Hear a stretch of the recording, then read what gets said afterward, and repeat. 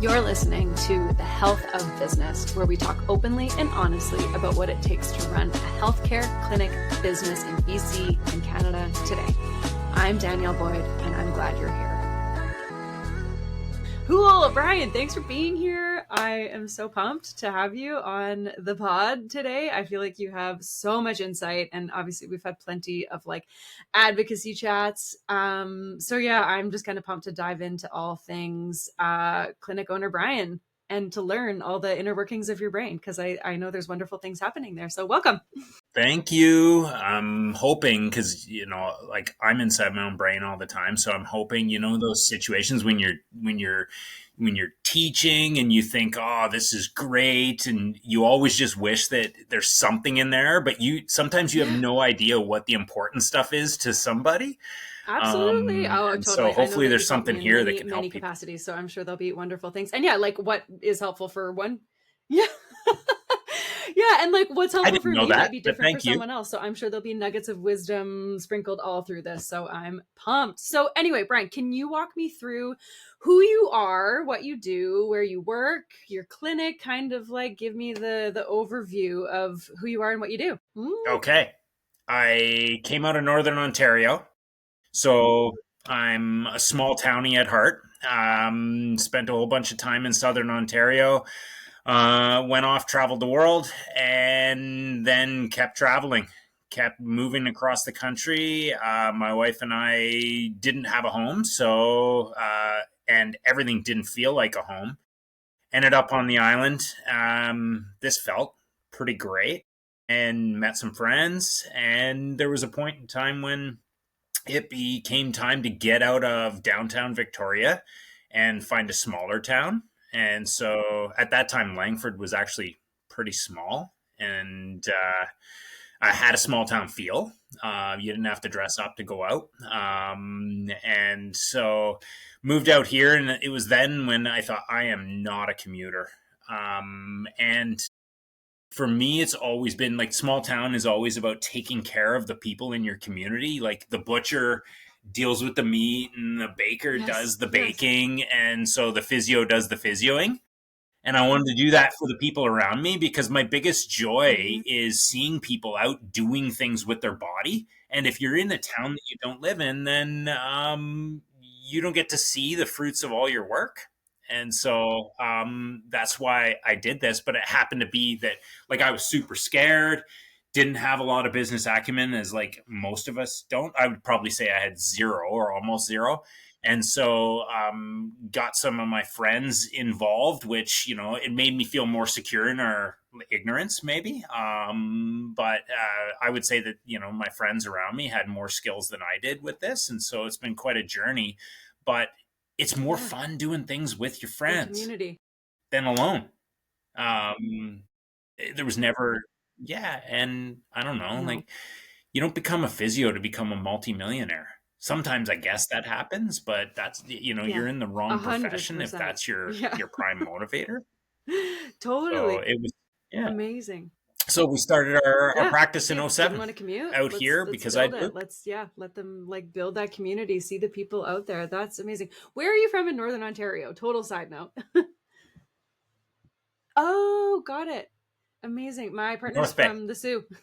No way. Okay, I'm sure they have plenty. My wife is from the Sioux. It's not a big place.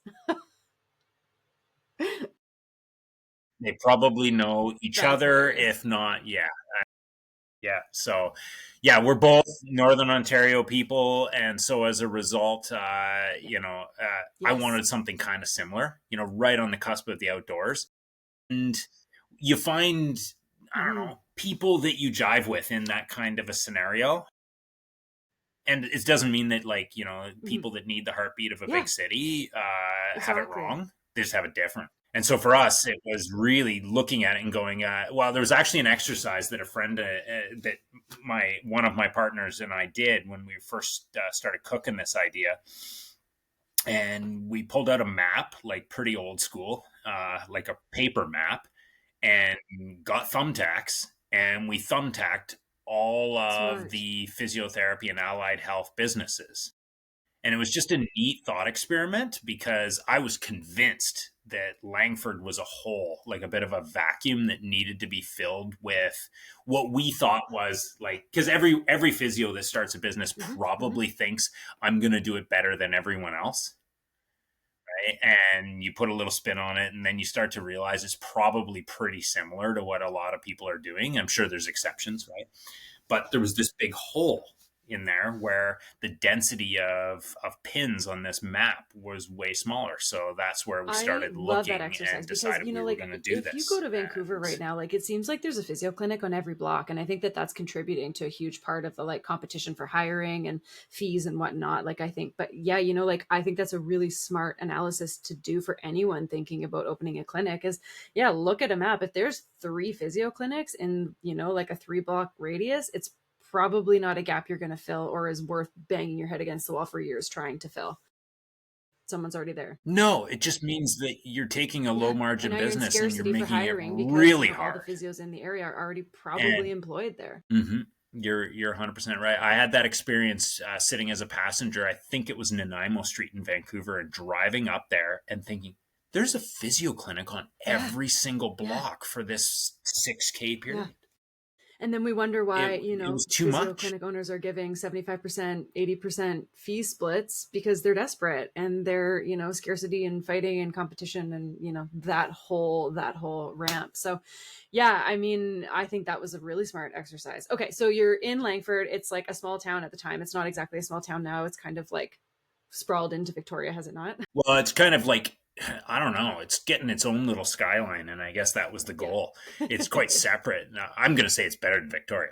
But I don't really care about a vibrant nightlife or any of those things. It has more than everything I need, but what it has is proximity to outdoor activity, right? So, but that means that there's a lot of people who are, they're trying for what we would call high performance. And that's like, whatever high performance is for them. It doesn't mean Olympic athletes, even though there is some around.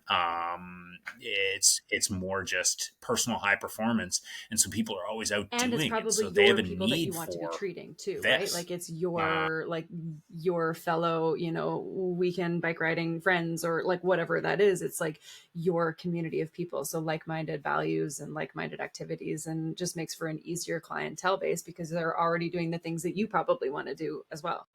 That's right.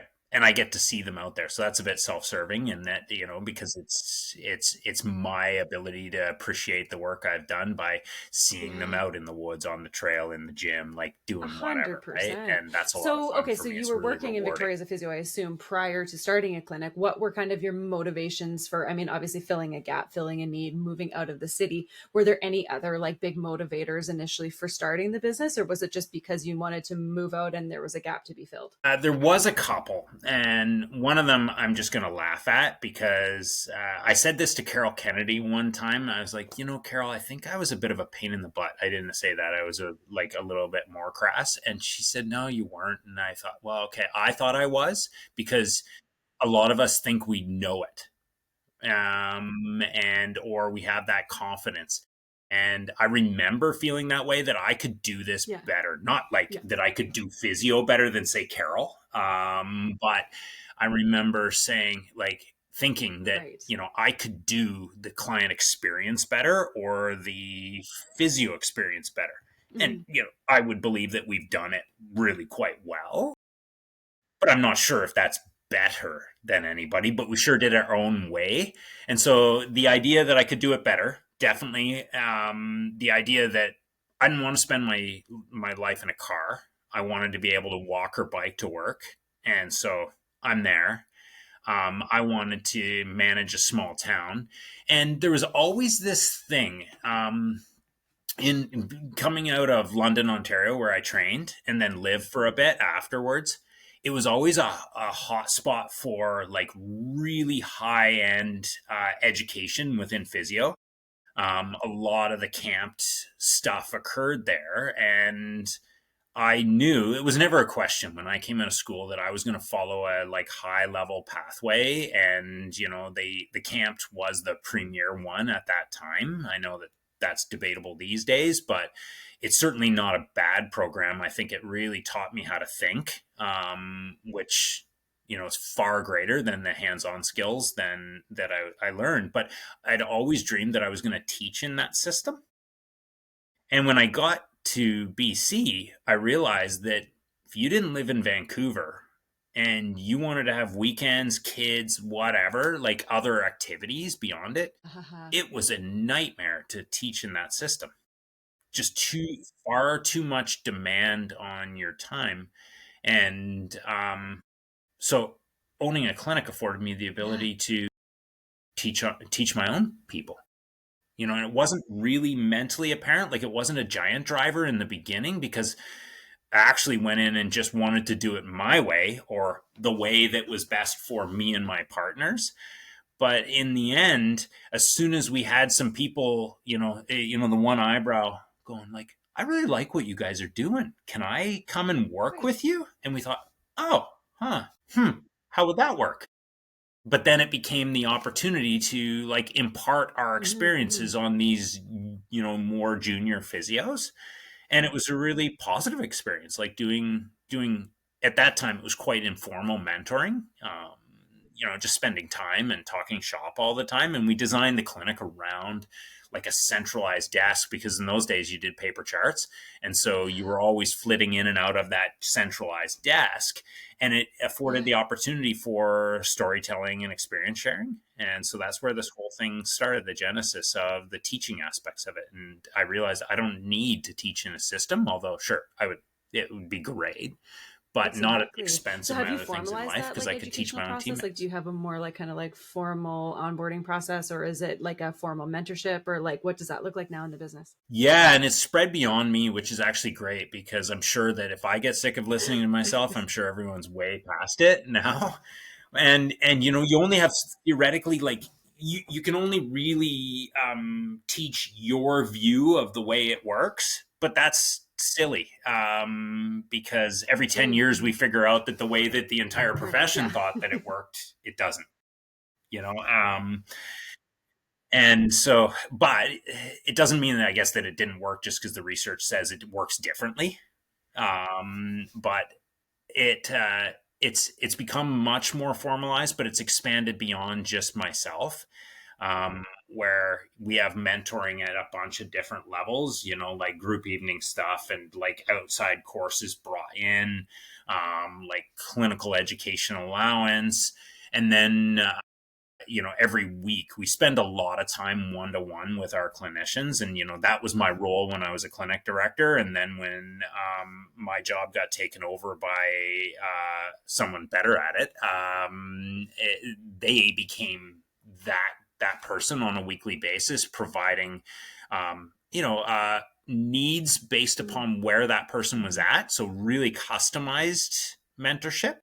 And then it gave me time to start something that we named Ortho Club. I later found out that Ortho Club was actually the name that UBC gave to their sort of after hours thing. I had no idea. But it was basically just us dabbling in cases and problems that people run across in a group work format during the day. And so it was formalized to the level of it was happening twice every month. And the topic matter would flit throughout the body, and it was driven by the needs of the team.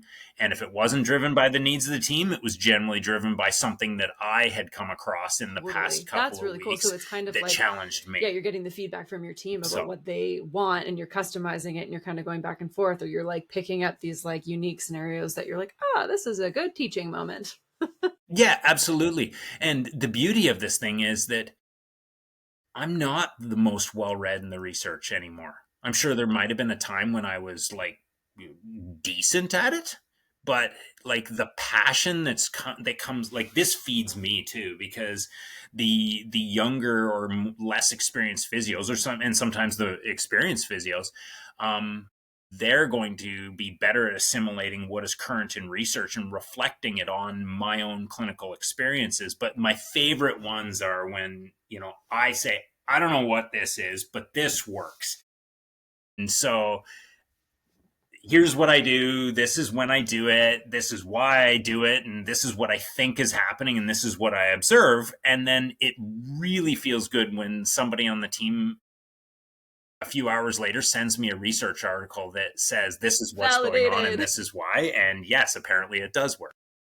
I love it.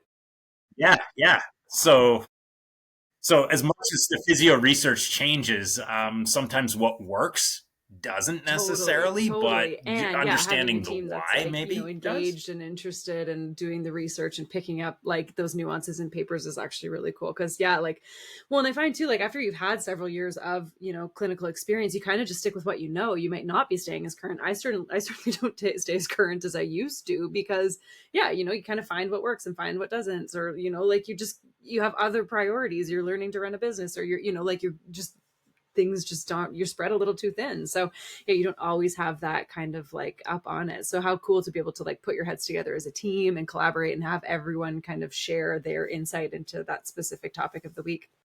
That's really cool. Well, that's been the journey, right? And maybe that's what we were talking about before we started this whole thing, was just the idea that as an entrepreneur, you tend to be a little bit of a driven personality. And if there's like spare time, you're going to fill it with some new interest. It's a bit dangerous. No rest for the productive. And so, yeah, I mean, that's how the business ends. Yeah, totally. Yeah, Okay, that's so how I want to like the talk more learning about about that too, because business that's started. where like my deep interests lie. So, okay, so you opened the first clinic, and I believe you've expanded now. So that was 07. You're growing the mentorship program as you're growing. Like, what's kind of the expansion story for the clinic beyond that? Yeah, so it was not necessarily it wasn't intentional at all. The only reason that we ended up at such a big initial clinic was because we had a choice between a space that was way too small, like 1,500 square feet, or we could take 3,600. And it was a bit of a dump. So as a result, the rent was good, and we really lipsticked it up to be nice. And having all that space meant that to afford it in the long run, we needed to grow. It wasn't intentional. But this is the story I love to tell. And it was because we were always really passionate people, myself and Krista and JR. And we would sit around and we would have these meetings, and if looking in the rearview mirror, we were like, okay, we were awesome at visioning, but we never had any role descriptions. And so we were all just visioners, and really good at discussing, but we never actually got anything done, even though we did do that. Like it's a bit unfair, and my partners might be mad at me for saying that, but we certainly weren't efficient at accomplishing the task. We had fantastic ideas. And it was I think the TSN turning point for us was when people started, like our staff would come to us and say, can you write me a letter? I want to take out a mortgage that says my income's secure. Or one of them has a baby and says, I just need to make sure that my income is secure because I'm taking on a mortgage and I'm having a baby. And that's when I uncomfortably was going, yeah. But then recognizing that we actually knew nothing about the business, or very, very little. We knew that there was money in the bank account, but we didn't really understand whether or not there was going to be money 3 months from now, and how secure was that, and what were the ins and outs, and really how to run it. And it always reminded me, one of the women we interviewed to manage the clinic straight away asked if we'd ever been employers before. And hold on a minute. Oh, I'm being interviewed here. And really, she said something which was actually like super wise, and perhaps should have been more impactful. Was like, yeah, I've worked for people that had never run a business before, and it wasn't good. And so we made a lot of mistakes, but it was really the motivator behind getting really good at the business end. Had nothing to do with the desire to be rich or the desire to make money. It had to do with the desire to take care of our teammates that were betting on us, and realizing that we actually hadn't done our diligence to ensure that their bets were secure. Because like some people might just take that information and just be like, or like that feedback or that conversation and think, yeah, like I haven't employed anyone before, but I'll figure it out. And it's like, yeah, you might, but like you owe that person the due diligence and the acumen, or at least the learning and execution to deliver on that too. It's not just this thing that's like, oh yeah, like we'll figure it out as we go. It's totally fine. We'll just like keep, like making things and visioning and all this stuff. But it's like, no, actually we have a due diligence now. We have people who are depending on us for their income and for their mat leave and for their mortgage and whatever. Like we actually have a due diligence to these people to be delivering on what we're envisioning and what we're projecting and what we're planning. Like it is, I get that. But like amazing foresight to actually just see that and realize in that moment, like, holy smokes, she's right. Even though I haven't employed someone before, I have a due diligence to do this really well. Yeah. It is your responsibility to make sure that, because, even your admin staff, like, sure, maybe they can go get another job, but maybe they can't. You owe it to them to make sure that they're secure. That's the role of the business owner. So I love this because I know you talk a lot about like, learning this, and obviously, so you kind of had that TSN turning point. And so now I know like financial literacy and business acumen are like of utmost importance to you, and you recognize the responsibility of that. I want to talk about like financial literacy, because I know you've mentioned it's of utmost importance and it's a responsibility as a business owner. So tell me a bit about what financial literacy is, and what is the importance of it within a business or as the role of business owner. Ooh, it's super layered. And just to be frank, amongst my team, I am not the most financial literate. But and this is where our roles divided out. I would give Krista that hat, and frankly, I would say JR, my other partner, is more financially literate than myself. I would definitely say I'm the third of the bunch, but I would still say I'm pretty good at it. And knowing when something doesn't make sense and seeking to understand it is the most important thing. Like, you don't have to know all the answers, but you have to recognize when it doesn't add up or when it doesn't make sense. And you have to understand it well enough, because my center is clinic operations. And so that financial literacy, it starts at the top, and you got to make sure that both your profit and loss statement, your balance sheet make good sense. Right. And you have to understand. Yeah, and you need to understand, like with the profit and loss, of course, that's the one that I probably spent the most time sort of understanding, because you need to understand what your targets are so that you can understand what's going well and what isn't going well, rather than just trying some experiments to see if it works out better, and then all of a sudden your bank account runs positive. You need to understand that. And I would say that maybe I'm totally wrong, but I would say that that's the like 30,000 foot view, or maybe that's the 10,000 foot view of your business.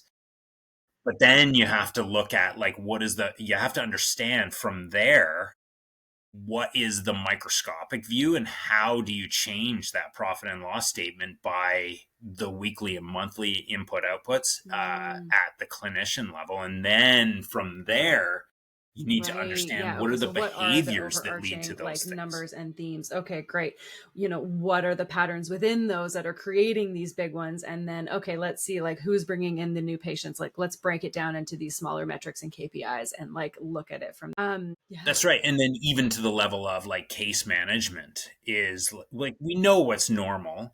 And, from my perspective, it's not about the money. That's not what drives it. It's really about goal attainment. But to be fair, and truthful, like the achieving goals with your patient actually leads to good income. Like the two are in parallel.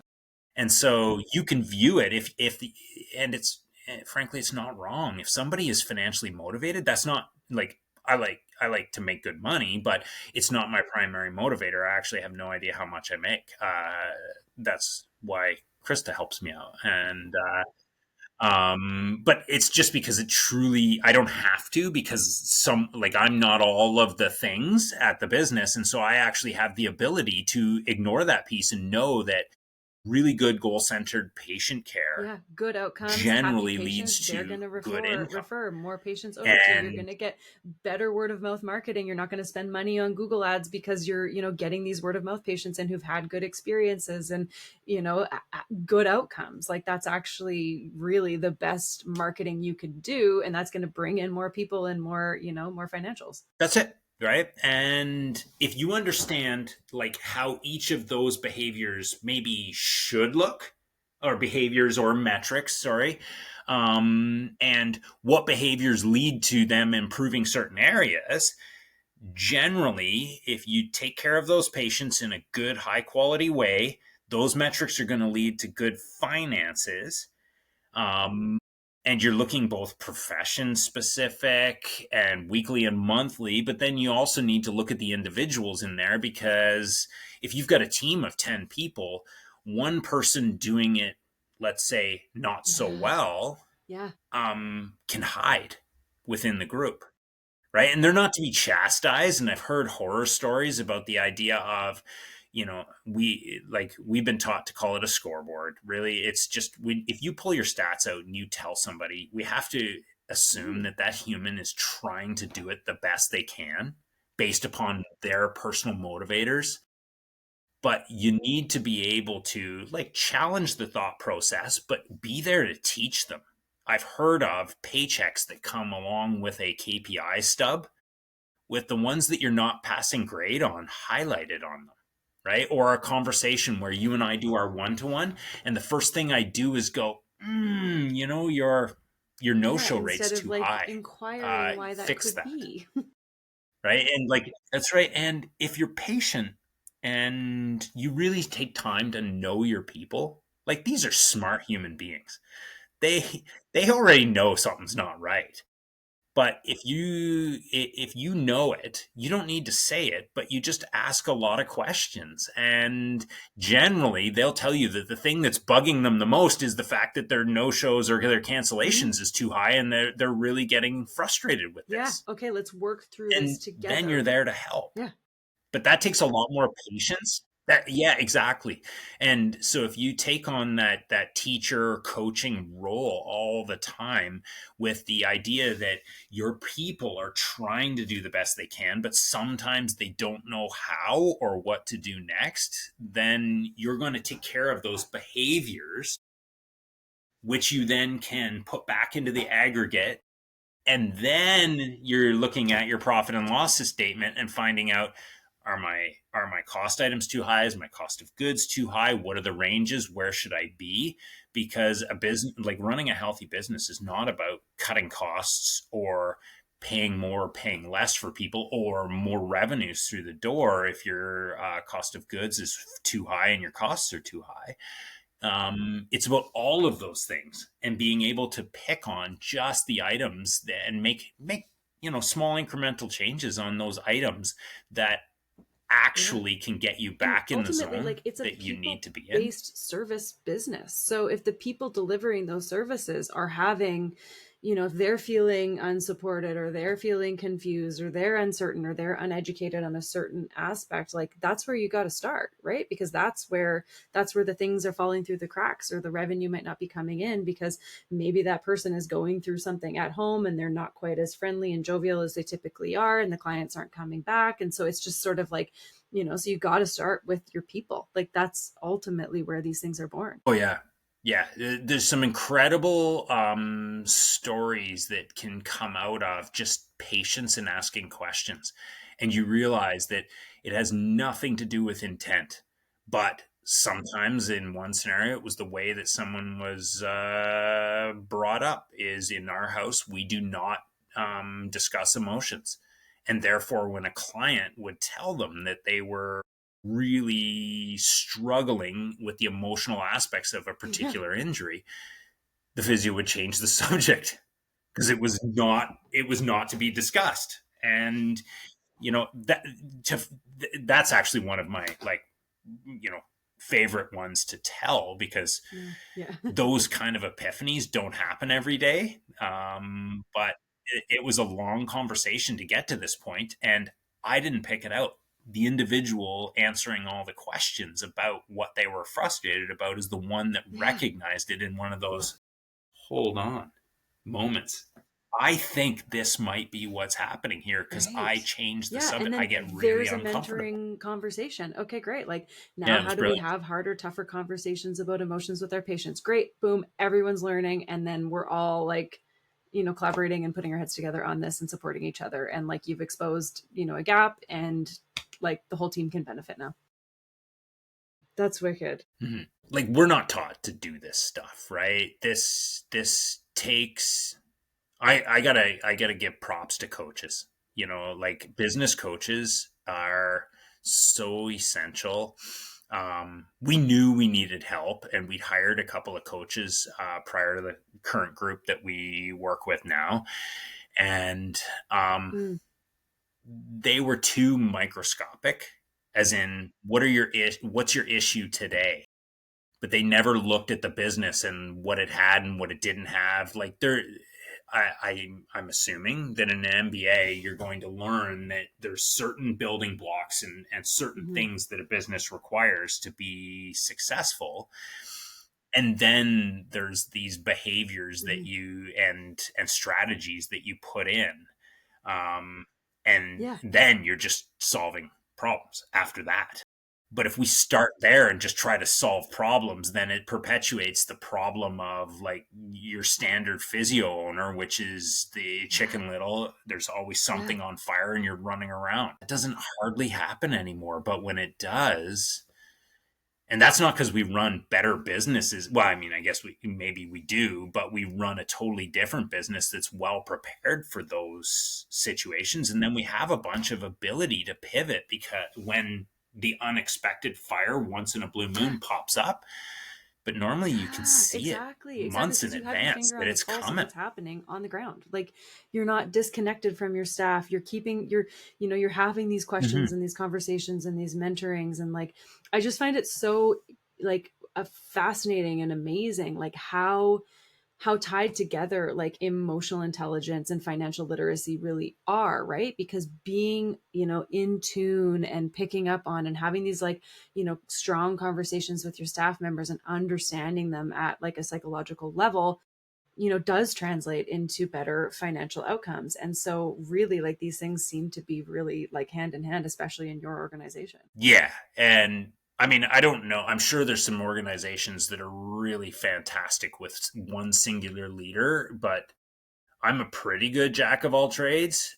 But I lack the extreme vision orientation that like our CEO has, and I lack the joy of spending all day in spreadsheets that our finances partner has, right?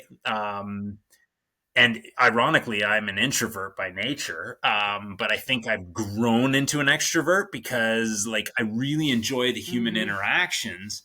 It's exhausting, but I like that middle balance where I can see how the humans are impacting, say, the metrics, the numbers, and how a change in behavior, like an intentional change in thought process, can change something that you can measure. I think I'm fascinated by being able to build a plan and execute the plan and manipulate and, like, the plan so that it works. And seeing how it, expands over here and affects over here, like being able to kind of see that ripple effect. What have been your biggest learning resources? I mean, I assume just experience and talking with your staff, but like, how have you acquired more knowledge? And I mean, like the other big piece here, obviously, is you have these partners who are obviously incredible in their domains, but like, you've obviously done some coaching. Where have you learned, like what resources have you learned for learning financial literacy and like emotional intelligence? Like where would you go, or like where would you send people to learn these things? I know nothing about emotional intelligence, so let's just leave that one there. The financial literacy, there's a million places I'm sure people can get it. we happened to, I think it was our partner Krista that happened to have had a coffee with Rick Lau, one of the accelerator group, right, at one point in time. And I think they were just getting rolling. And it was neat. It was an opportunity. And, you know, there's a bunch of arms of their business, but the piece that intrigued us the most was that it was almost like doing an MBA, but it was industry specific, and it was learning. You didn't have to stop and go do it in night school. It was like you actually learned your thesis project was your own business. And so that really, really appealed because it served that need. You know, we were hunting at that point because we were getting pretty uncomfortable with how little we knew. And the business was growing in spite of attempts. You know, it was growing. And I think that's probably because of our little, you know, pin exercise on the map. We moved into the fastest growing community in Canada at the time. And so even if you ran a poor business, it was still going to grow at that time. Exactly. And we just wanted to run a good responsibility. And so the other thing you had mentioned too was like the transparency around it, and, you know, like the responsibility, the transparency, like what do you mean by like the transparency of like the financial transparency or like the KPI transparency, like within your team? Yeah. So we've never hidden. And we've the fact that we spend a lot of time recording statistics. Okay. But it's not, and I do this at onboarding, and I do it in interviews as well, this is not intended to be punitive. It's actually because I take my role as a coach, as a mentor, and as an employer extremely seriously. And if you come to me with a problem and I know nothing about you, your why, or your actual practice, how can I be an effective coach for you? I actually have to know in the background, what are all the aggregate and average in and outs of your workday so that I can understand your practice. So when you come to me with a problem, I actually can help based upon something rather than just a feel. It reminds me of one of my placements, and it's like what we do in business, not that different from what we do in physio, right? You know, you measure some stuff and you do some interventions, and then you remeasure some stuff. And if it generally goes towards the same direction. So this guy in one of my rural placements, I came in and I had some questions. I was like, this is what I measured, and I've been doing this, and it's not changing. And he said he was a Scottish guy, and he said, you could try some ultrasound. And I scratched my head and I was like, yeah, but how does that, like, it didn't have anything to do with pain. I was just trying to improve this one, you know, range of motion, or I think it was a strength metric. And I didn't understand. And it was the idea that, like, you can't just throw things at the wall and see what sticks. It's especially when you're dealing with somebody's, you know, new baby or new mortgage, and they need to put food on the table. You actually have to be able to make a suggestion or make a decision based upon something that you've measured or have observed, and then you need to be able to revisit afterwards and go, did what I tried work? And just be completely transparent if it didn't. Like, you're not meant to be like able to predict the future. You know, the crystal ball can be foggy, but you also have to be okay with this, and, you know, that level of comfort with, it's okay to be wrong, but it's not okay to not try, and it's probably not okay in your role to not have a reason for doing it that's measurable. And I guess the transparency conversation was around the idea that a lot of clinicians, without really probably considering it, make the assumption that, like, like physio's laughable now, right? Because we put ourselves into a competitive fee split situation, especially in British Columbia. It's as bad as it gets, where you're seeing businesses offer fee splits that, when you actually put this on the profit and loss statement, it is not feasible to make money anymore. it doesn't, the math doesn't work when you have already spent 110% of your fees on like simplifying costs and costs of your physios or your practitioners. There's zero chance you can make money. And the practitioners will go, oh, that is awesome, because I get 70%. But what they don't realize you're not is that actually have that job that business in a year from will now, close its doors. That's like, no, exactly. But it's funny, like having been a physio in clinics before, like, make your 50 or 60%. And it's like, it must be nice to be able to, like, scrape 50%, like 40% off of my billings. But then, like, you become the clinic owner and you're like, well, they're probably seeing like 1% of that for their own wages. Like the overhead is incredibly expensive, and it's so easy for practitioners to just assume the owner is putting that all in their pockets, like without even considering that there's like rent and Jane and equipment and insurance, and like, one flood happens in the clinic and like there goes any sort of cushion. Like, it's not that. Well, and that stuff comes out of your profit, right? And that was exactly the example. And I had a great relationship with this woman, I thought, up until that point. And then there was a comment made as we walked out to our cars one night. I tend to have, like, a fairly level relationship with people as much as I can, because I'm a physio, but I fulfill a job. Like, it's not like I'm the boss. I might be the boss, but it's not that way.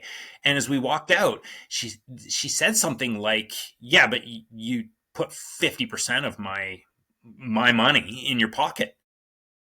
And I said, "Oh, hold on a second. There's a reason that I don't have a Lambo. See that early 90s Volkswagen? The reason that I drive that is because there is a marketing cost, there is a real estate cost, there is a staff cost, there's a supply cost, and there's a cost to pay the manager to run this, because I can't do that if I'm also practicing as a physio and in these other aspects." And she looked at me and told me to F off. Didn't believe it. And this individual would never, they won't know that I know this, but at a much later date, after they worked for one of our our other partners, as we had expanded, this individual had the same conversation with them, and they got it finally, because perhaps this person did a better job explaining it, or perhaps they were at a position in their development and career that they were open to the idea that that money was not. Who do you think going is buying the tables and paying the people at the front But desk? Like, that doesn't come from thin air. Nope, but it doesn't exist because it hasn't been well done.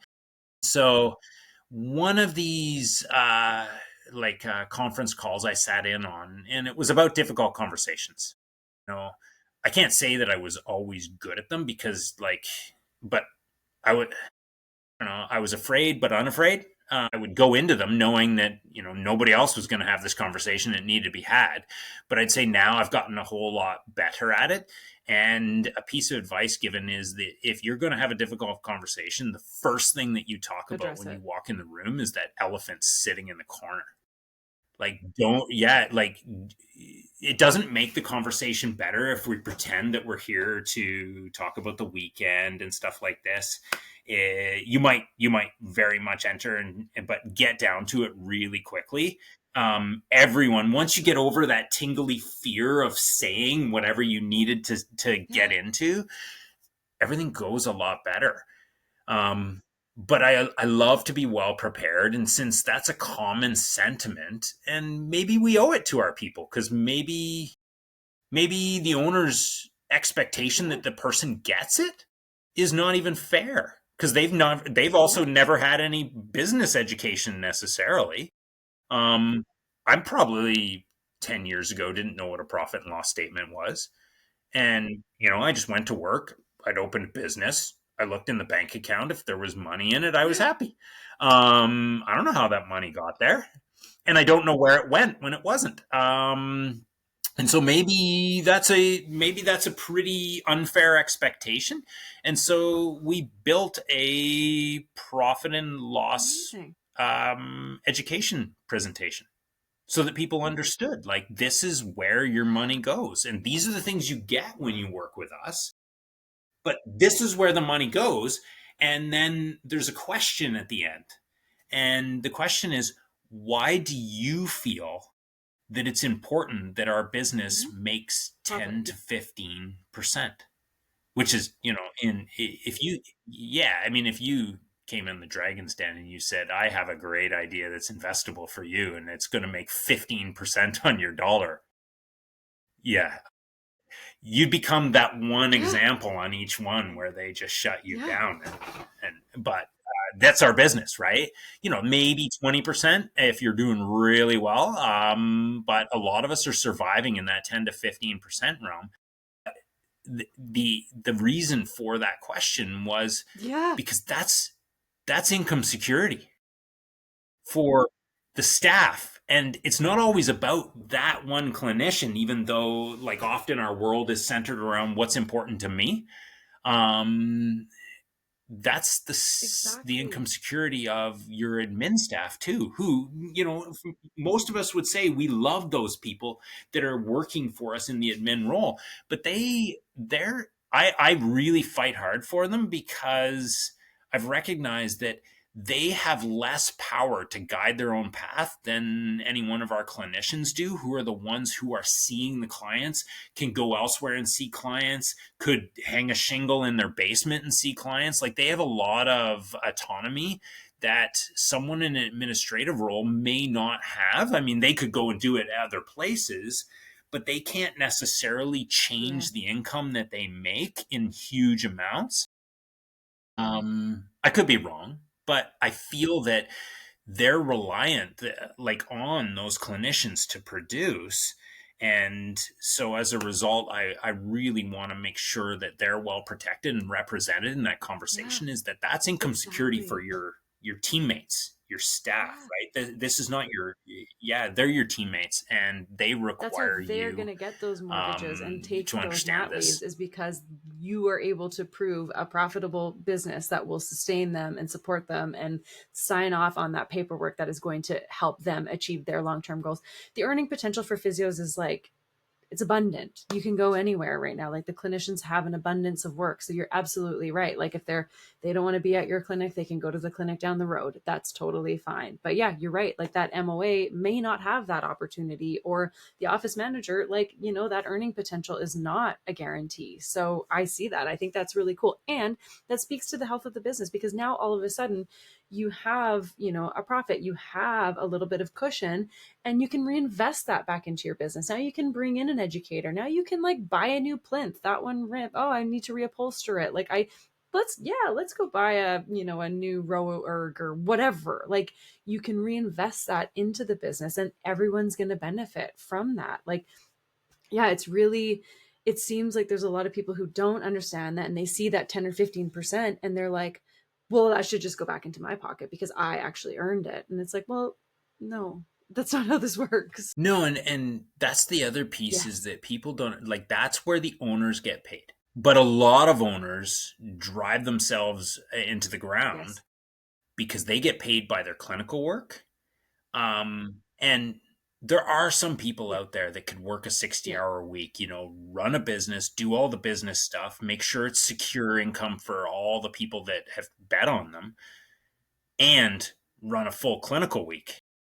I can't do that. I cannot be the best at all those things. And so as a result, I actually, a long time ago, I had to make the decision to really par back my clinical, even though it was obviously my original passion, and delve into something where I had a huge imposter syndrome and I didn't know anything, and just, look myself in the mirror and realize that this was my responsibility to do this and become really good at it. I'd say I'm halfway decent at it now, but of course, comparables are probably compared to 10 years ago, Brian. Like, it's like, 10 years ago, Brian, versus today, Brian has probably come a very long way on that trajectory.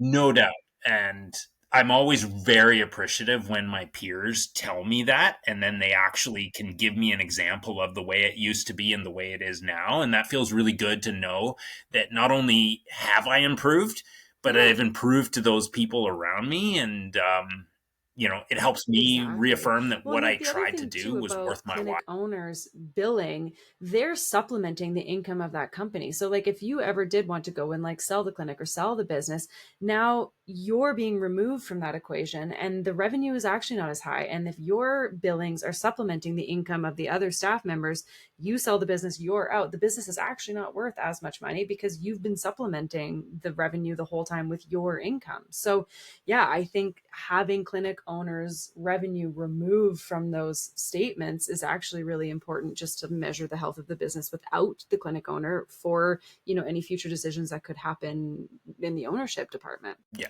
100% right. And, the sale of a business is, perhaps it's always the pipe dream. It's probably rarely the intention. But it is always something because I never would have recognized the idea that your business Yeah. is actually like an asset that you have and that it's actually worth something. It just never crossed my mind. And, I guess from a purist perspective, it was never a motivator. But at the end of the day, someone in the private sector doesn't have a Yeah. pension. And so Yeah, right. maybe Yeah, that asset is your exactly. pension. And like if I don't if know. someone wants to buy you out when it's time to retire, yeah, there should be some value within that for you because you've worked on it and you've built it and there are assets there and I think, it's a revenue generating machine and it should be valued in that way. But yeah, having the clinic owner supplement the income devalues it. So yeah, I think it is really important to, take that. And I mean, that's not to say don't treat like at all. I think it just the revenue and financial statements need to reflect like because if the clinic owner wants to treat because they want to, great, fantastic. Like, but looking at the financials without that or not being dependent financially on that clinic owner's revenue is also really, really important with that. So yeah, it's And treating yourself like an employee, like pretend like you got dual personalities and this person is a business owner. They yes, do business owner work and they get paid based upon the profits that you hope are there. And then you have this other individual who's a clinician with X number of years experience and, this much loyalty to the company. And if you pay yourself like you pay yeah, anybody, then you're yes. theoretically easily swappable. You might not be because you're epic, but you can swap yourself out for another hire, and that doesn't impact the health of the business. But what we have seen is when COVID happened, and we were very well positioned because we were organized. I just got to say that, and people called us up and asked us to come Oh, and try to buy their businesses. It happened a few times, and so we're in our, I think it was a really trying time for a lot of business owners, right? And it was a I big am one. exhausted from chasing fires all the time. And now this happened, and I actually don't have the ability to emotionally or physically recover from Yeah, this thing. And so I want out. There was a lot of that. But people would have a valuation of what their business was worth. And you realize that the business would actually be because of, like, frankly, the lack of attention to profit and loss statement along the way, perhaps the idea that they were running 65% fee splits and there was nothing left. They never knew that their business was actually losing money annually. Like, there was two businesses that we went through and looked at, and one was like minus 30,000 and the other was minus 38,000 a year. And the owner never knew because they were paying themselves 100% of their billings, working like more than a single right. FTE, but then putting that cash back in. And so they would say, I make 250 a year, when in reality they might make 200 and put Got 50 back it. into the business to keep it Yeah. afloat. But they just didn't know. They Both those scenarios, of course, we went dark after, in investigating the initial numbers, doing the analysis and going, the business is worth zero. Like, it's worth its assets.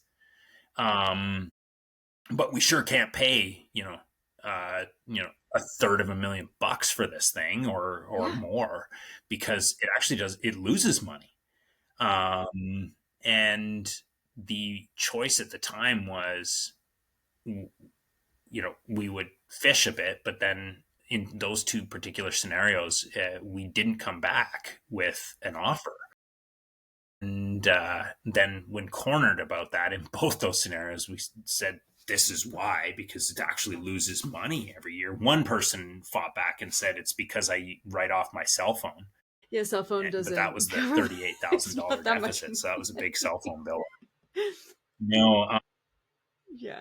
But, we were trying to preserve relationships. Totally. Physio is a small world. Business is a small world, right? And we didn't want to be insulting. And that's really, in the end, we realized, okay, that was before the elephant in the room conversation thing. And it was, now it would be, look, you know what, this is what we see on your numbers. We can't pay what you're asking, but we were a little bit shy and we're worried about insulting people for that. So not recognizing that the way they ran their business made it really easy to not and there you go. Like, that's just another point. And like, support of financial literacy and understanding these sheets, like someone who doesn't know that financial literacy or understand these sheets, they would look at that and be like, oh, look at all these numbers. These numbers are big. Looks great. Like, I'll pay this, and maybe get themselves into a scenario where they're going to absolutely kick themselves, like, for having made that decision. So I think that's like super interesting. Like, the ability to read that sheet is huge in so many aspects. Like, I really, put another notch on there for like supporting and encouraging people to become financially literate. Okay. So you said like Rick Lau, Clinic Accelerator, obviously you've learned a lot of these things.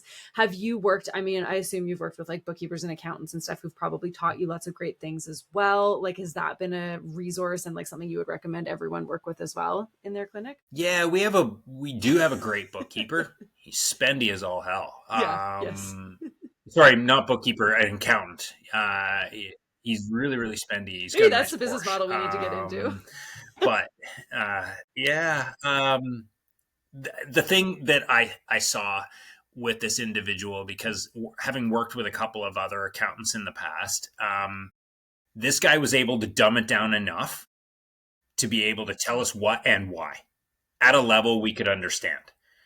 And my favorite is our annual meeting, and we get together, we have a couple of beers, we have a meal, and then he pulls out all the salt shakers, goes to the other table, gets the salt shakers, and it's like, this is this business. And then this is how these other businesses relate to this business. And this is what I'm doing. And so he just does this like fun visual. And that is, it's super important that you have someone you can trust that can dumb it down to your level, because you're never, and you shouldn't even try, like, you should try to understand the basics of accounting, but don't try and be an expert in something that there's an entire profession built around.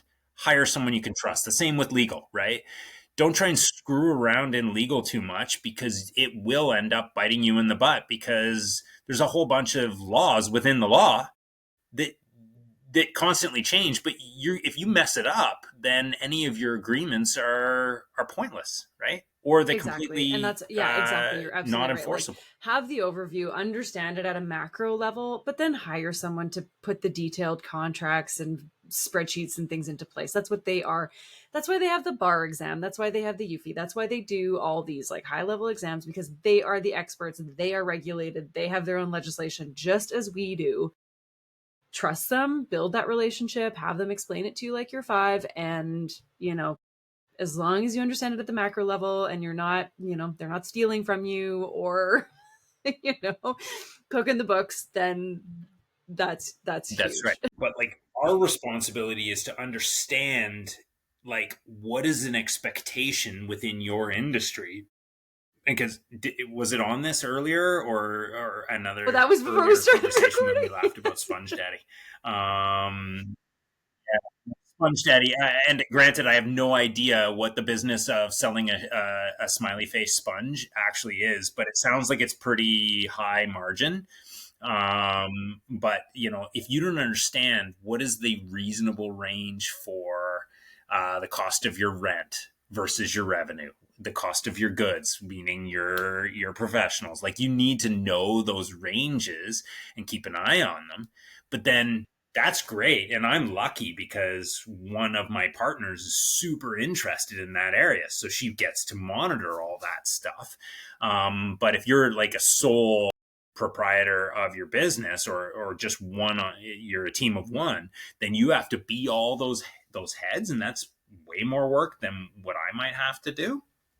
But I have to understand what the next layer down looks like in terms of the actual things that we sell. We sell physio and allied health. We need to understand what that is, and how that relates to that upper level profit and loss statement. And we also perhaps need somebody who's like, I don't know, HR savvy to understand some of the cost aspects. And then from there, even below that level, you need to understand the nuts and bolts of a day-to-day client experience, so you can understand how that puts together that person's level of income, and that relates to the revenue produced within the company, exactly. Which like then relates back up machine. To your profit. So, okay, so you've mentioned like HR, you've mentioned, all these different levels and different roles and stuff. I know, like, so your role really is like operations and organization. What is your like organization's structure, and what do you think is like kind of the optimal structure for a bigger clinic? Like, what roles do you think are absolutely necessary to have within your clinic? So we might be top heavy, and I've seen it done lots and lots of ways. I think the way that we did it was based upon like a rubric that was, what you're good at and what you like and you're not good at, and so on and so forth, right? And it turned out that we're pretty lucky. 3 of us in the ownership position have different loves. And so and different skills, right? What we're good at and what we love. And so that allowed us to deal with the visioning piece and the operations piece and the finances piece. And so our top line on our organization structure is going to include someone in finances, and we tagged legals onto it. Just because it fleshes out the role a little bit, and there's often a lot between finances and legals and accounting. Then we have someone in what we'll call our CEO position, which is like relationships, recruiting, strategic vision, that kind of stuff. And then me, which is like, I got to take the strategic vision, and now I got to figure out what the end goal looks like, and then what are all the steps to get there. And so that's that detail oriented thing, and we'll call that operations. But we started to realize something, is that it's enough just to understand that clinical end of it. And then, for those 2 other people in the strategy end and in the finances end to understand their parts. But the admin role for like the ultimate client experience is so specialized now. With it used to be just you would run your point of sale equipment, or in the olden days, you might just, take cash. And book patients, right, into maybe a paper journal. And then in a while later, it became like a booking program, maybe a billing program. But now we're at this thing where we have like all manner of direct billing, and then they all become a pain in the butt because they decide to make their own portal. And so you have this admin role, which is so incredibly specialized, and they actually don't get enough credit for how hard their job is. And so that's where we thought, okay, we need somebody to be the director of admin. And initially it started out as your clinic manager, your administrative manager. And so you would have a clinical manager, because their job is to understand the world from the clinician's vision, or from the clinician's viewpoint.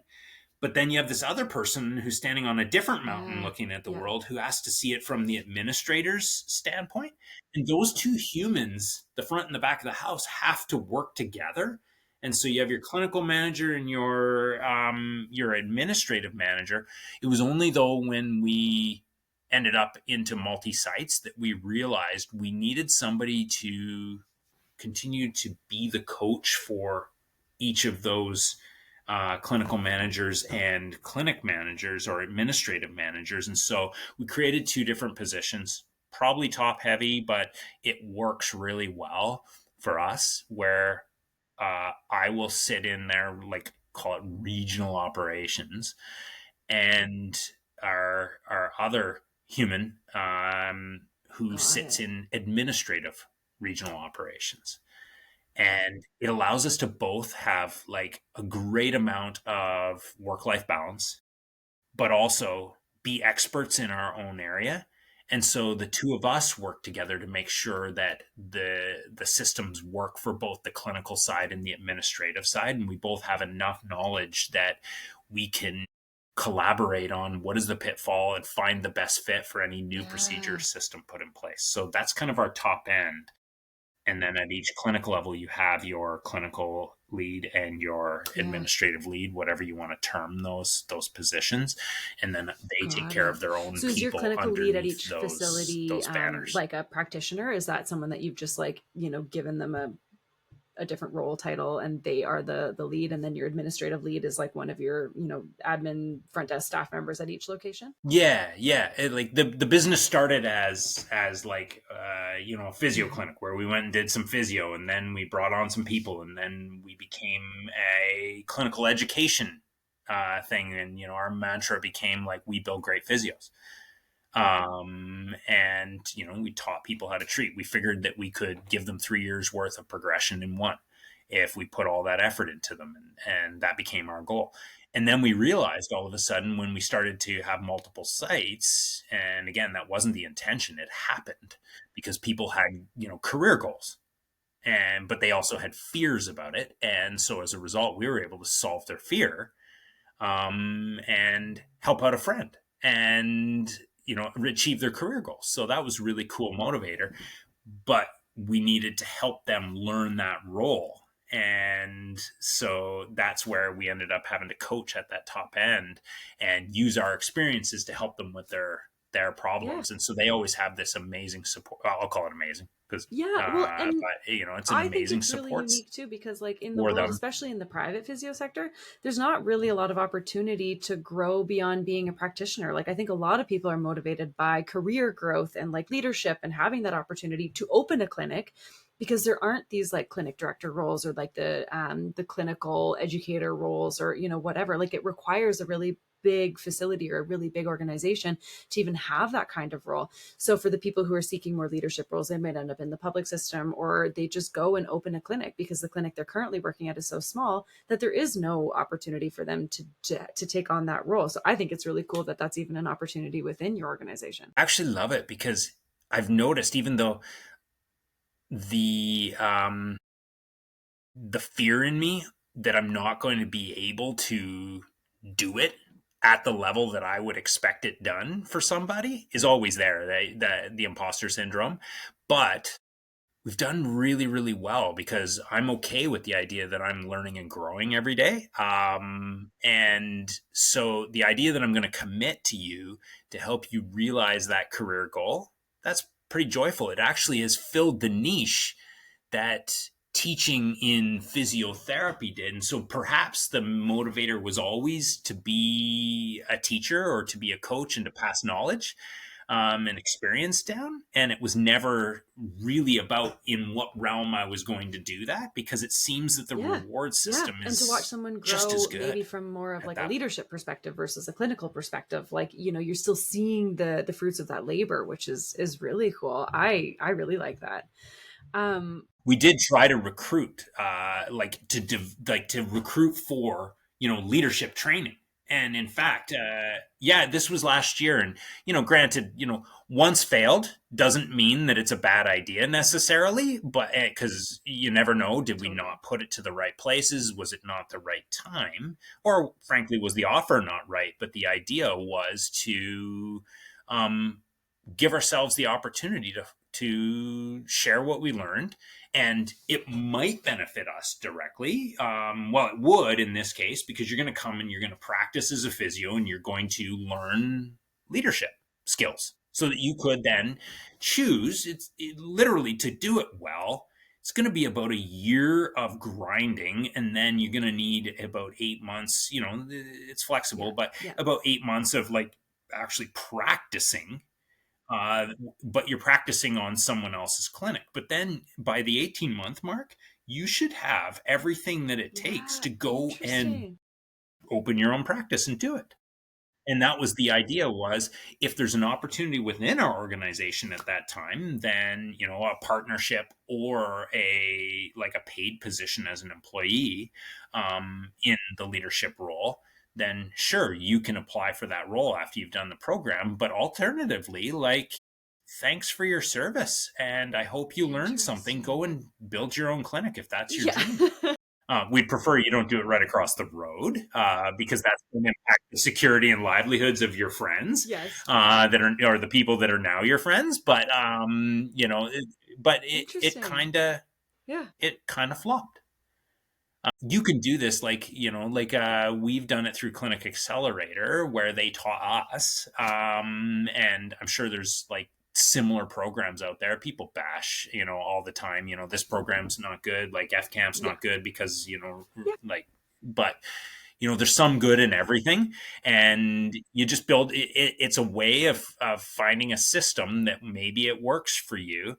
And the idea wasn't to compete with those guys. It was more that we always need clinicians. Recruitment's a nightmare, but we wanted to be able to give something unique back to this individual who gave us something, and that was the intent of this whole thing. It was a win-win. And but the difference was that you got to practice on someone else's clinic that was already there, up and running. So you got a chance, instead of having to struggle through building out all these systems, it was really fast track because the system's in place. Here's how it works. All right. Exactly. You want to jump behind the wheel? Well, that's kind of cool. I think it just probably needs some time and the right person to come along. And I'm sure it actually sounds really unique and a really cool opportunity. I really like that. I want to do it again. I want to give it another try and see if there is that right person out there that's me. who wants. Yes, there we go. Well, we'll drop all your contact. Please reach out and apply. So that sounds perfect to me. Well, I only have you for a couple more minutes, so I want to start kind of wrapping up here. But I really love your insight and just the fact that you're so honest and transparent, and it's really cool to see what you've built. I love talking about leadership philosophy, and we've already discussed that a little bit, but if you could summarize your leadership philosophy into one phrase, what would that phrase be? I think I feel like it's my first day. And I love that. If I don't know, we'll figure it out together. The big thing to me is there's no shame in admitting when you don't know something.